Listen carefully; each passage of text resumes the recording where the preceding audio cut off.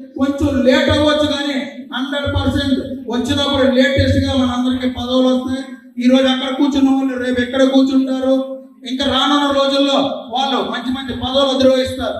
100% న్యాయం అయితే ఒక జనసేన పార్టీలోనే జరుగుతుంది, ఇంకో పార్టీలో జరగదు. ఎందుకంటే ఎంతో మంది మన జనసేన పార్టీ నుంచి వైసీపీ పార్టీకి పదవులు ఇవ్వలేదని మొన్న ఎన్నికల్లో వెళ్ళారు. వాళ్ళందరూ ఎమ్మెల్యే సీట్లుగా ఆశపడ్డారు. ఆఖరికి వాళ్ళ బ్రతుకు ఏంటంటే కరపత్రాలు, అంటే ఒక కార్యకర్తగా కరపత్రాలు పంచే స్థాయికి దిగజారిపోయారు.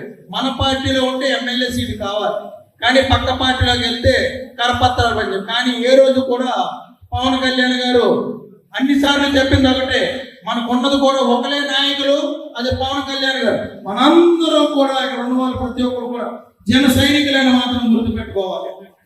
మరీ ముఖ్యంగా ఈ రోజున ఆయుర్వేద దినోత్సవం గురించి మాట్లాడాలి కాబట్టి, మేము వచ్చిన సమన్వయకర్తలు కాబట్టి క్లుప్తంగా చెప్తాను.